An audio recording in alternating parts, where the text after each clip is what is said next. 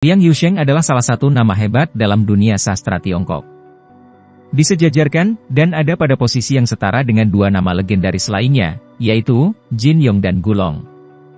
Itu bisa kita lihat dari penyebutan tiga serangkai wuxia kepada ketiga maestro ini. Liang Yusheng termasuk sangat produktif dalam berkarya. Ada sekitar 35 judul novel yang dirilis. Produktivitasnya hanya kalah dari Gulong, tapi lebih banyak dari Jin Yong, dengan kelebihan imajinasi masing-masing dalam berkarya. Industri film Hong Kong dan Cina daratan, baik untuk film layar lebar dan TV series kemudian melakukan adaptasi dari novel-novel ketiga legenda ini. Dan salah satu karya Liang Yusheng yang diangkat ke layar lebar oleh direktur Ronnie Yu pada tahun 1993. Kami ingin mengulas tentang film fenomenal ini, yang tentunya pernah hadir di layar kaca kita, film yang melekat dalam benak para pecinta serial silat.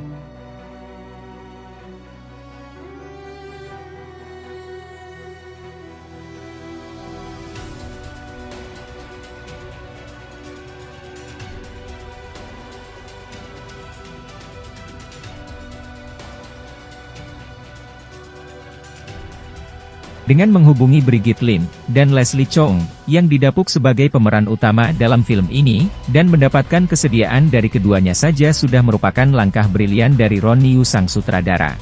Brigitte Lin dan Leslie Cheung adalah ikon film wuxia saat itu. Apalagi keduanya juga sebelumnya tampil luar biasa, Brigitte Lin dalam film Swordsman 2, dan Leslie Cheung dalam film Chinese Ghost Story. Dan terbukti, kolaborasi dari Brigitte dan Leslie sangatlah impresif dalam The Bride with White Hair ini. Totalitas keduanya dalam mengeluarkan semua potensi yang dimiliki sampai batas maksimal, mendapat apresiasi dari berbagai pihak. Bahkan Brigitte Lin sepanjang sejarah karirnya, hanya dalam film ini mau melakukan akting romantis menjurus erotis.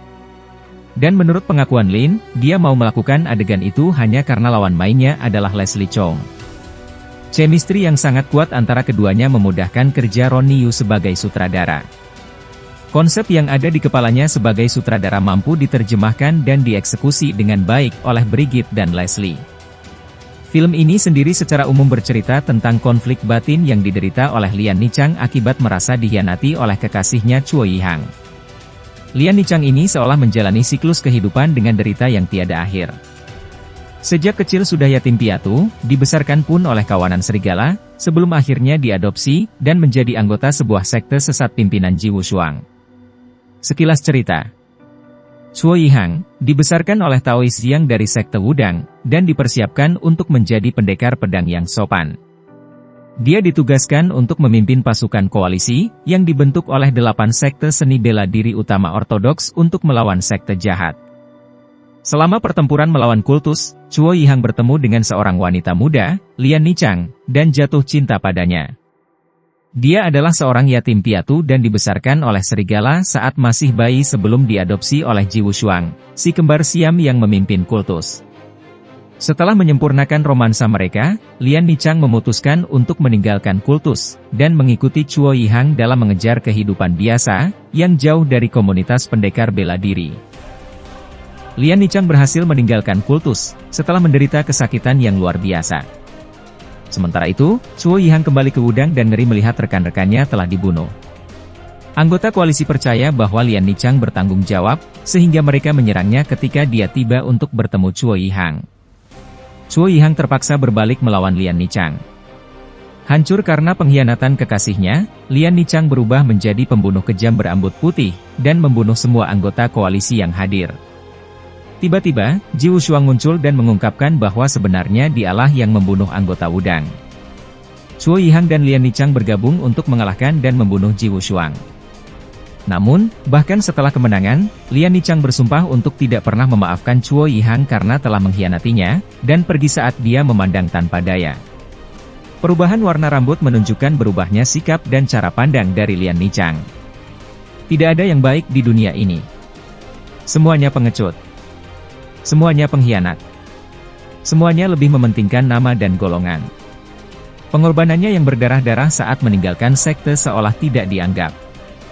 Deritanya atas nama cinta seolah dipandang sebelah mata. Walaupun akhirnya terbukti bahwa yang melakukan pembunuhan adalah si kembar Siam Ji Wushuang, tapi semuanya sudah terlambat. Lian Nichang telah berubah menjadi seorang pembunuh berdarah dingin dan tanpa perasaan lagi. Memakai perasaan justru membuatnya menanggung fitnah dan derita.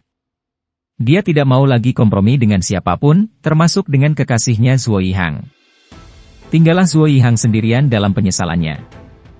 Dalam epilog singkat yang dibuat beberapa tahun kemudian, Zuo Yihang sendirian di daerah pegunungan terpencil, menjaga bunga langka yang dikatakan hanya mekar sekali setiap beberapa dekade, dan memiliki kemampuan untuk membalikkan efek penuaan, mengubah rambut putih kembali menjadi gelap.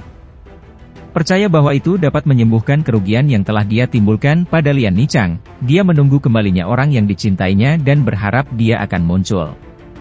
Itulah review kami tentang film fenomenal ini, film yang mampu menggambarkan sifat-sifat manusia secara realistis. Memang di tahun-tahun 90-an lah era emas dari film-film silat. Menurut kalian apa serial silat atau film silat era 90-an yang selalu melekat di benak kalian? Jangan lupa like dan subscribe kami dan nantikan video kami lainnya. Request kalian pun tentu akan kami pertimbangkan dan masukkan dalam daftar antrian. Karena itu, subscribe, jangan hanya request tapi tidak subscribe. Terima kasih dan sampai jumpa di video lainnya.